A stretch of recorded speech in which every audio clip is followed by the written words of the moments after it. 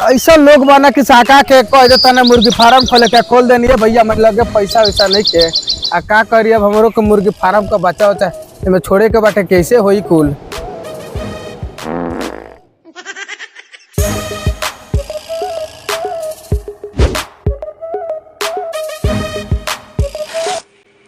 की फार्म नियरा गई हमार मन हरियरा गई। सुनत रहो भोकन भोकन ए महाराज उठा का बोला देखबा लियाल बनी बंटी बबली हमके चाहे मुर्गा हम भूज के यही या खाई तो खाई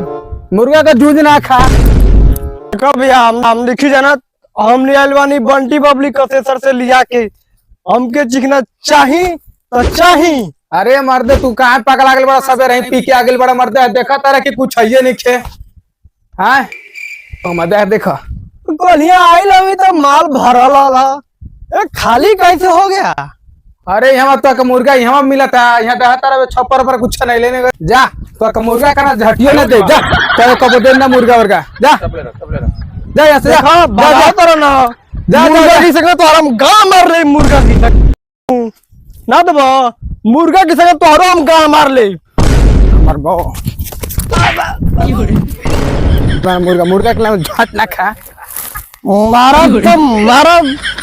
हम तो मुर्गा की सकते जरूर गांव मारा मुर्गा के नाम मुर्गा के झट ना खा चला जा ये से चलो मुर्गा खा जा